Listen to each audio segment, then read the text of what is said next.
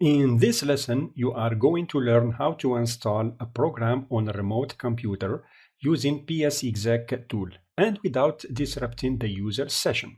You are not going to interact visually with the user session, and the user will not notice any setup program window that will pop up in his session. The advantage is that the user will not stop working while the support technician is installing the program. And the advantage for the support technician is that he has not to wait for the user to end working on his computer to start installing the program. In this lesson, I'm going to install the Firefox browser as an example. The first thing to do is to download the Firefox MSI installer package. In the browser search bar, I type Firefox MSI download. Here it is. I click on the Mozilla support website. OK, I scroll down. Under the MSI installers section, I click on the link to get the MSI package. On this page, I need to choose which Firefox browser I need to download. In the first list, I select Firefox. In the second list, I select Windows 64-bit MSI package.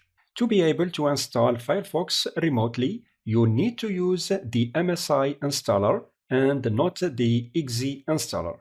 In the third list, you select the language you are using. I keep the English US.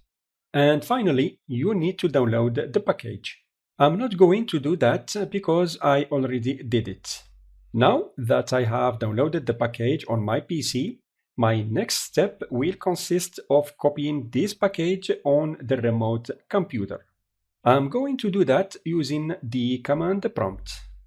I need the admin privileges in order to run PSExec command later on. I type the copy command, I enter the source file, and I enter the destination path. The destination path already contains the installation package, so I'm just going to type yes to overwrite it. The package has been copied. Now I'm going to change the directory to sysinternals so that I can run the PSExec command. Now I'm going to copy the command I already prepared because it's a little long, and I will discuss that in detail. So I run PSExec on the end user PC. The -i parameter means that the command I want to run will interact with the user session. Here the interaction is not necessarily visible.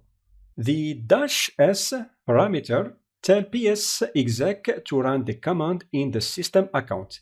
It's the account that has the highest privileges in Windows, more than the administrator account.